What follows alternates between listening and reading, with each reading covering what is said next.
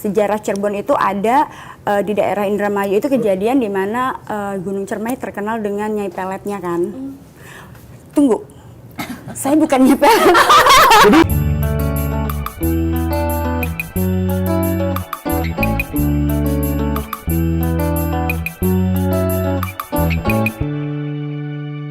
ini ada yang tadi udah kita janjikan.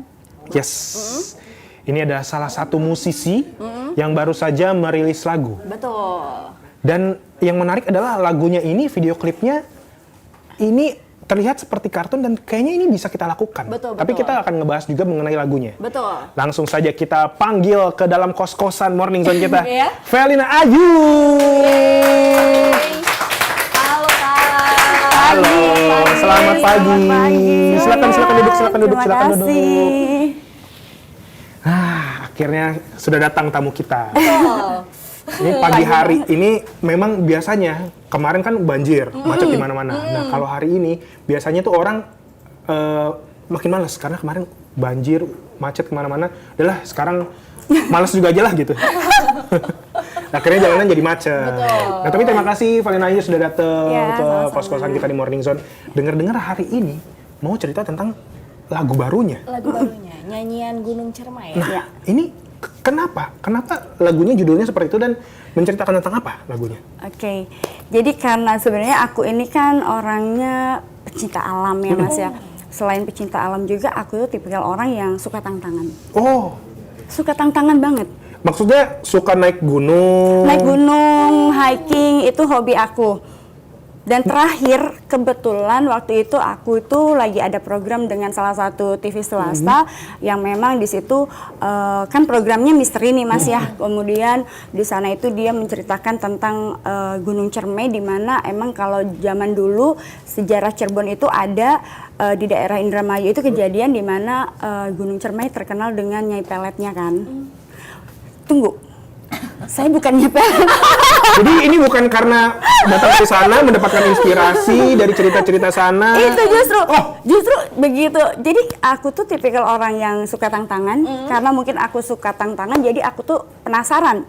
Nah, aku kan juga pengen tahu nih mitos tentang Gunung Cermai yang katanya serem dan kebetulan hari itu juga aku tuh pergi sama salah satu kerabat aku yang memang kalau aku kan masih ada keluarga dari Keraton Kanoman. Jadi aku izin dulu sama paman aku ke sana, aku mau naik. Diantarlah sama abdi dalam sama paman-paman aku ke sana. Dari 7 orang ternyata yang lolos itu cuma 3 orang. 4-nya lagi kenapa nggak lolos?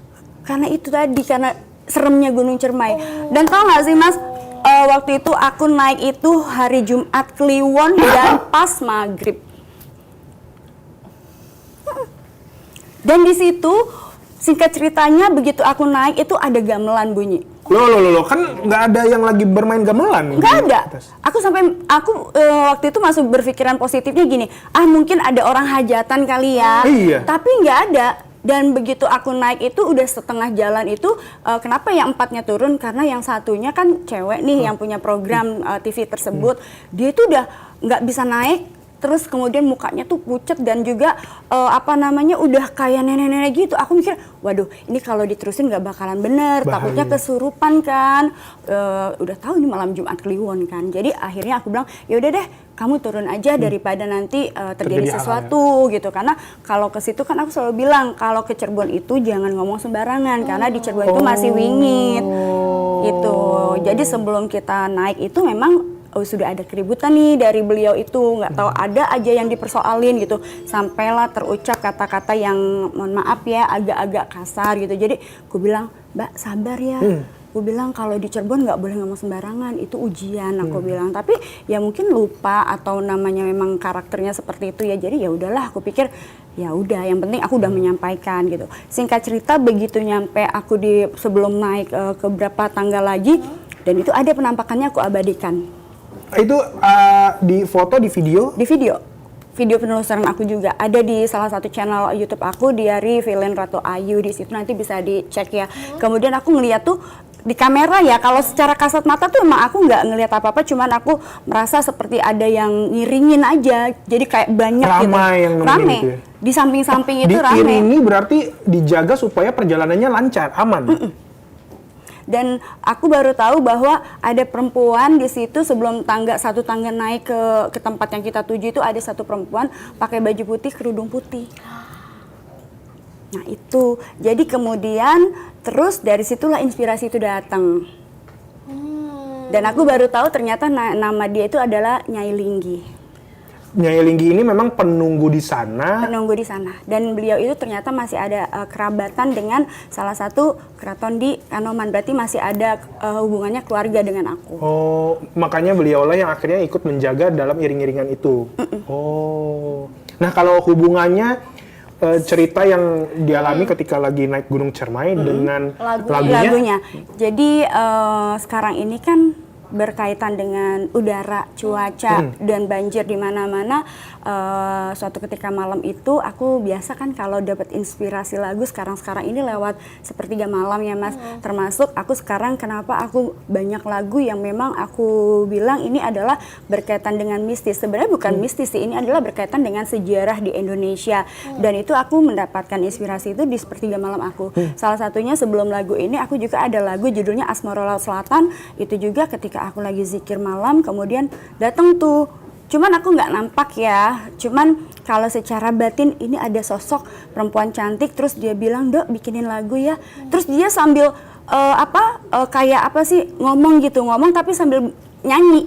Oh, jadi kata-kata yang muncul dari mulutnya itu bernada? Iya, bernada. Nah di situ terus aku bilang, aku nggak bisa deh, kayaknya terlalu berat gitu kan. Akhirnya terus ya udahlah, coba aja dulu kata dia. Akhirnya udah hanya sebagian bait yang aku ingat, aku tulis gitu kan, terus nada yang aku diingat, kemudian aku ingat gitu, sampai akhirnya terjadilah satu lagu judulnya Asmara Laut Selatan. Itu mengisahkan seorang perjalanan seorang ratu pantai selatan, di mana memang kan beliau itu seorang ratu, kemudian beliau itu kan nggak bisa menikah dengan siapapun. Tapi memang hubungan gaibnya tuh ada gitu kan, tapi untuk menyatu karena beda dunia jadinya nggak kesampaian, seperti itu. Kemudian lagu yang kedua Eclipse by the Moonlight itu juga sama.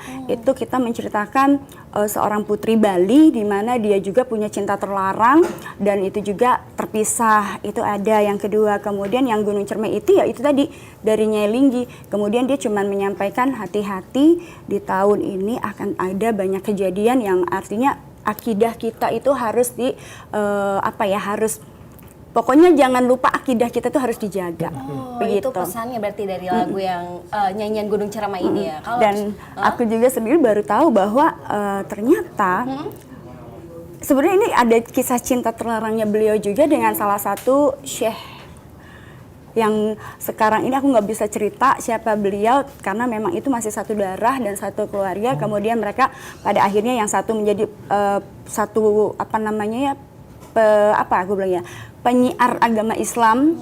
Kemudian yang satunya emang karena luka batin sehingga dia tuh merasa kayak cintanya nggak bisa tersampaikan oleh beliau. Akhirnya dia putus asa, akhirnya dia mengabdikan diri, bertapa, dan pada akhirnya yaitu dengan kecantikannya dia bisa memikat siapa aja, pria siapa aja. Oh, jadi itulah yang menyebabkan di video klipnya ini ada Nyai Linggi yang menggunakan pakaian warna hijau bersama dengan Nyai Linggi yang hitam. Yang hitam. Oh, kalau yang menggunakan baju warna putih yang pria ini adalah? Ya itu. Oh. Yang tadi yang itu yang aku bilang dan aku nggak bisa ceritain siapa. Oh begitu. Jadi itulah yang menjadi kisah di balik lagu nyanyian lagu Cermai ini. Dan selain itu pesannya adalah bahwasanya ketika alam rusak maka ketika manusia itu merusak alam maka alam pun akan bergemuruh. Seperti kalau kita lagi jatuh cinta, kemudian kita nggak kesampaian kan ada rasa marah, ya, dendam, benar. benci, maka itu akan meluapkan amarahnya ya dengan cara seperti itu. Pesannya dalam banget ya Mas Tom ternyata lagu ini ya. Ya. Nah ini kalau lagunya sendiri genrenya apa dan sama nggak sama lagu-lagu yang sebelumnya dirilis sama Feli? Beda. Kalau untuk yang tentang budaya ini dan sejarah, aku memilihnya adalah pop, kemudian pop kontemporer. Yang biasanya ada beberapa lagu aku juga yang nanti mau keluar itu mungkin aku padukan dengan ada yang gamelan, kemudian ada dengan seruling Sunda. Ini sebentar lagi aku mau rilis yang Siliwangi. Kalau yang Siliwangi ini kan ada yang bilang Siliwangi itu ada Prabu Siliwangi, ada erat kaitannya dengan hewan-hewan mistis. Betul. Ini juga nanti akan dimunculkan juga dalam video klipnya. Ada. Oh, nah ini menarik nih kalau misalkan Okezoners melihat video klip nyanyian lagu Cermai ini menggunakan teknologi AI. Betul. Ini kan kalau misalkan di Indonesia sebenarnya orangnya belum banyak nih yang paham menggunakan AI. Nah ini video klipnya panjang dan sudah menggunakan AI, ini gimana cara bikinnya? Aku seperti aku bilang, aku ini kan tipikal orang yang penasaran, suka tantangan. Jadi aku tuh nggak pernah berhenti untuk belajar ketika teknologi canggih ini sudah mulai muncul. Dan aku salah satu yang tadinya penasaran gimana sih caranya. Cara menggunakannya. Dan, iya, dan itu aku tantangan banget. Dan alhamdulillah, jujur itulah yang Gunung Cermai itu aku yang bikin sendiri. Videonya? 1 malam aku selesai. Wah, Satu malam? keren banget. Dengan banget, kesusahannya sampai aku nggak tidur, Mas. Dan aku tuh tipikal orang yang maksudnya nggak suka menunda-nunda pekerjaan ya. Jadi kalau ada inspirasi apapun ya udah langsung. Makanya tim aku tuh kalau nggak bisa ngikutin aku banyak yang nggak betah. Bayangin, aku bisa nyelesain dalam seminggu itu 10 lagu. Loh? Ya. Lah kan ini kalau mendengar ceritanya tadi, Iya. inspirasi lagunya itu nggak datang sendiri karena Ya kalau yang lagu mistis, aku ada lagu-lagu lain juga kayak Ojonus itu, aku inspirasinya juga bersamaan. Jadi sehari itu aku bisa 3 lagu. wah. Produktif banget Produktif ya. banget. Iya.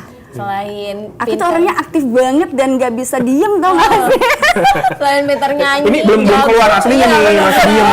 Mungkin kalau udah sejam ketemu ngobrol bareng Udah ceritanya udah Beda lagi. Mungkin tiba-tiba abis ini kita diajak naik gunung nih. Ayo, aku mau ke Gunung Padang mau ikut. Aku nanti akan ada juga satu lagu yang nanti next ya. Ada Gunung Padang sama satunya itu Angka Wijaya. Nah, Angka Wijaya itu adalah kakek aku. Beliau juga seorang penyiar agama Islam yang memang di situ menyiarkan agama Islam di daerah aku di Desa Losari namanya. Dan beliau adalah salah satu yang menciptakan tari topeng yang sampai sekarang ini sampai menuju internasional ya, sudah sampai ke kancahnya internasional, sama salah satu keretanya itu Singa Barong yang sekarang ada di Museum Keraton Kanoman. Wah, ini penasaran deh, kan tadi juga Felin cerita bahwa beberapa lagunya memang datang di sepertiga malam dan ini berdasarkan dari keadaan atau kejadian mistis yang dirasakan. Nah, ini kan nggak semua orang tuh bisa merasakan. Kenapa seorang Felin Ayu bisa merasakan seperti itu? Jujur Li, aku tuh sebenarnya dari kecil itu udah dikasih tanda sama kakek aku ya. Dan melalui, ya kalau dibilang aku sudah dulu itu sempat dibawa ke Laut Selatan selama 7 hari 7 malam dan aku sudah hampir dikuburkan, Mas.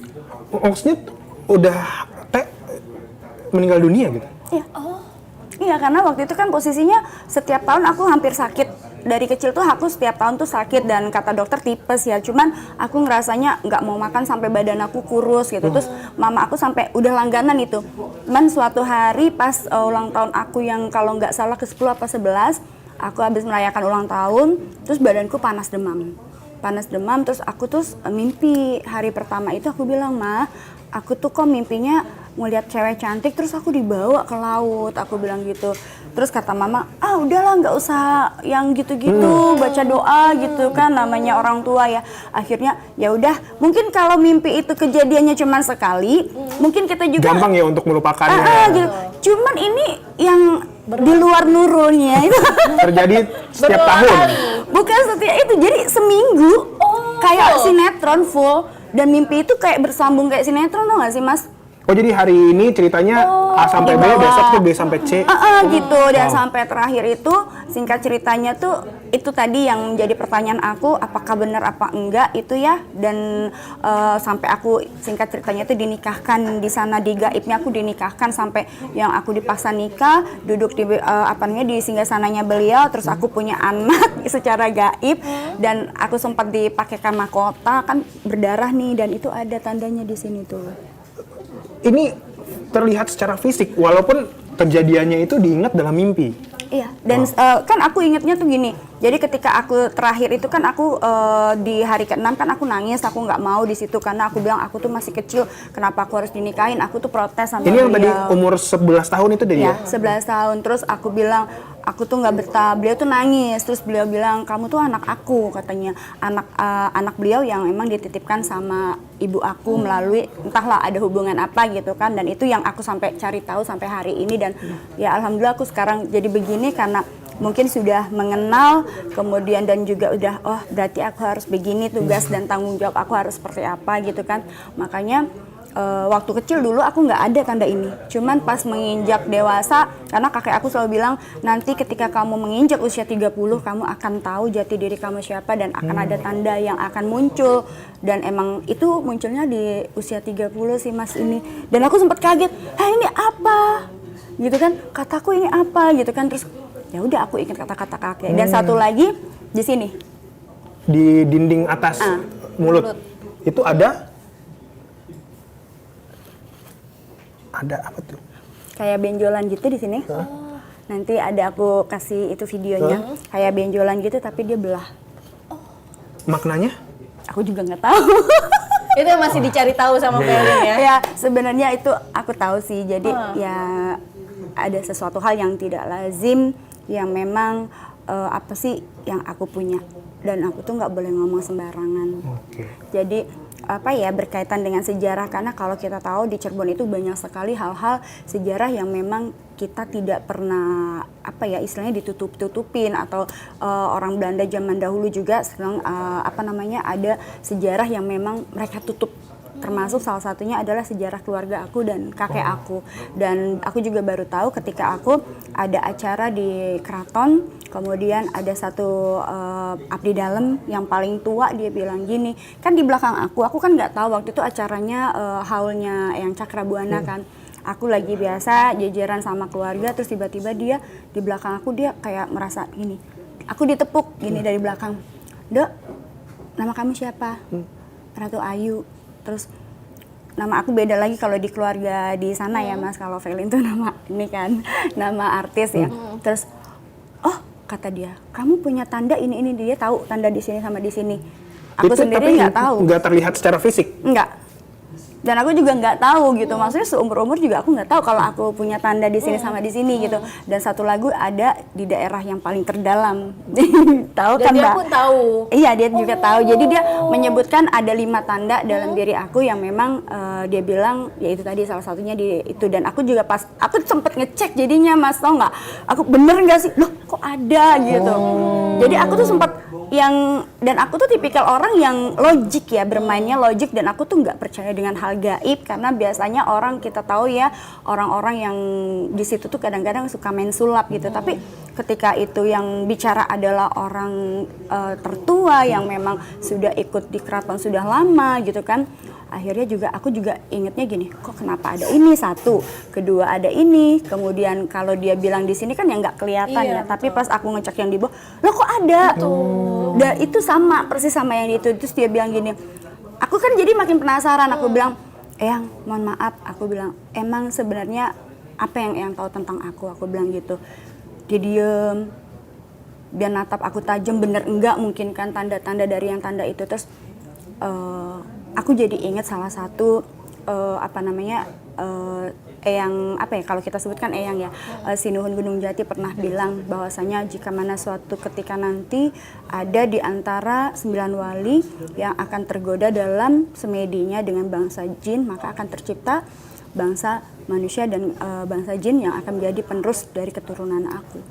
Ya aku juga nggak tahu, Allahu a'lam bishawab, karena aku juga kan hidup di zaman modern dan aku juga merasa kayak nggak mungkin itu kan, mungkin kisah itu kan mungkin bisa jadi fiktif atau apa gitu kan. Tapi yang aku semakin kesini rasain kayak semakin apa ya, jadi alim, padahal aku tuh sebenarnya kan orangnya gajulan. Jadi kejadian-kejadian yang dialami belakangan ini malah membuat Felin mungkin berubah dari yang biasanya ekstrovert menjadi agak lebih alim. Iya. Tapi pertanyaan deh, ini kan kemarin ngerilis lagu nyanyian lagu Cermai, dan itu dibuat karena waktu itu memang lagi naik Gunung Cermai. Nah, akhirnya kepilih untuk ada ide untuk naik Gunung Cermai itu apakah ada yang mendasari, apakah memang sudah ada tanda-tanda sebelumnya atau seperti apa? Sebenarnya kalau tanda sih enggak ya, cuman kalau aku tuh orangnya tipikal orang yang tidak punya rasa takut. Selama kita benar, selama kita juga nggak mau merusak, selama kita juga nggak asal-asalan, dan selama kita tuh berjalan di jalan Allah gitu kan, aku merasa bahwa setiap makhluk itu memiliki energi yang sama. Kalau kita juga baik, mereka juga akan baik. Tapi kalau dianya nantang atau dianya merusak, ya otomatis mereka juga akan menjadi tidak baik gitu. Kayak kita ke rumah ketuk pintu kan, Benar. Assalamualaikum, orang itu nyambut kita baik. Kalau Tapi kita sopan di dalam rumah, itu lingkungan rumah juga akan sopan. Akan ya? sopan. Jadi kalau kita ketuk, buka pintu, buka kan otomatis kan akan menantang gitu. Jadi kalau aku sih, prinsip aku adalah selama kita baik pasti kita akan diterima baik, itu aja sih. Jadi nggak ada sesuatu hal yang ketika aku mau kemana aja aku tetap ya udah jadi diri aku aja. Nah tadi menarik juga, katanya Velin habis ini mau naik Gunung Padang ya. Nah itu tuh menentukan gunung kayak tiba-tiba Iya, mau mau naik kemana? Gunung Padang itu tuh dari yang apa spiritual tadi itu atau ya mau ke sana aja emang gitu. Jadi setiap kali aku bepergian itu biasanya di sepertiga malam aku ya Mas. Jadi kadang-kadang aku juga nggak tahu kenapa aku bisa terkonek seperti itu. Jujur Li, sampai waktu itu aku sempat naik ke Gunung Muria. Oh. Gunung Muria. Sunan Muria. Itu juga aku nggak tahu, tiba-tiba aku lagi tidur, ada angin, terus aku pas sholat, kayak setiap malam kan aku ada yang bangunin sholat gitu, kayak ada yang nyuruh Ini untuk sholat sholat gitu. subuh? Sholat malam, sholat tahajud sama hajat, aku selalu lakukan itu. Kemudian terus pas lagi zikir gitu kan, pergi ke Gunung Muria gitu kan, ke Sunan Muria, pokoknya ke Demak, karena kan kalau dari kakek aku itu kan cucunya, salah satu cucu Sunan Gunung Jati dengan apa namanya Raden Patah Demak. Jadi kan aku masih ada dua kubu nih, Cirebon sama Demak. Jadi Pajang sama Cirebon. Jadi ketika aku ke sana, aku bilang mau ngapain ya ke sana? Pergi aja. Dan herannya jujur Li, setiap kali aku pergi ke Demak tuh aku tuh nggak pernah menyebutkan identitas ya, selalu datang kayak tamu biasa gitu kan, nyelonong aja. Tapi nggak tahu kenapa dari sana selalu menyebut itu keluarga. Jadi kayak aku diprioritaskan dan dikosongin tuh tempat. Jadi aku ngerasa Ada koneksi ya secara nggak langsung ya? gitu. Jadi aku tuh juga yang tadinya nggak tahu jadi apa sih, perasaan aku juga nggak menyebutkan dan aku kayak biasa gitu. Bahkan beberapa kali aku berarti udah 3 kali ke sana dengan menggunakan baju yang biasa, yang ini, tapi selalu dikasih jalan gitu. Makanya aku sebenarnya ada apa sih, aku sempet nanya gitu Mas, jujur Li, sampai aku mikir. Terus aku duduk kan di lapangan itu kan suka ada yang jualan-jualan, aku duduk di situ, terus orang tuh ngeliatin aku. Aku bilang kenapa ya lagi makan dilihatin. Ini yang ngeliatin orang-orang yang ada di sekitar? Orang di sekitar, sampai orang yang jualan itu masih keluarga itu pada bisik-bisik itu. Aku bilang, aku jadinya kan ya udahlah aku pakai masker gitu kan, malu ya, maksudnya bukan apa, aku tuh maksudnya bener nggak sih gitu, karena kan aku selalu berpikirannya logika itu tadi. Makanya aku hidup di zaman sekarang kan kayaknya nggak mungkin apa bener apa enggak gitu. Dan ya udah aku ngalir aja ya, kalau memang betul ya berarti aku harus benar-benar diri aku. Artinya kita jangan sampai perilaku kita juga akan mencoreng nama baik beliau gitu. Itu yang paling berat sih dalam hidup aku, menurut aku, menjadi seorang yang ibarat katanya keturunan dari beliau itu kan, beliau kan orang yang agung, kemudian berwibawa, kemudian disegani orang. Nah, masa cucunya begini begajan? Nah, yang menjadi pertanyaan, kan Velin Ayu ini bermusik dan mendapatkan pesan-pesan ini dan akhirnya disampaikan melalui musik. Nah, kedepannya mungkin kepikiran nggak untuk menyampaikan pesan-pesan ini dari leluhur gitu ya? Mungkin disampaikan melalui film atau melalui cerita atau apa gitu?